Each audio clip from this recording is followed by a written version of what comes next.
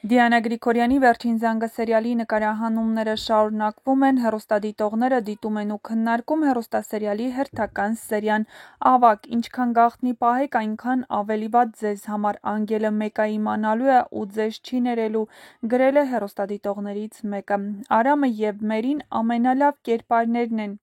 Վայ Մերի ջան, հազիվ մի հատ լավ նորություն, քանի անգամ էս նույն կադրերը Աննայի առաջ դռները փակել են, դռների մոտ կանգնեցրել, ստորացնել, ներս թողնել, ցույց պիտի տաք, հազար մի քո լինի, երեխուն մորից ոչ մեկ չի կարա կտրի։ Ինչ ճիշտ ասեց Բեթին, շախունցները սատանա են, չեմ զարմանա, եթե վերջում բոլորի միջից հենց Բեթին Աննային պատմի ճշմարտությունը։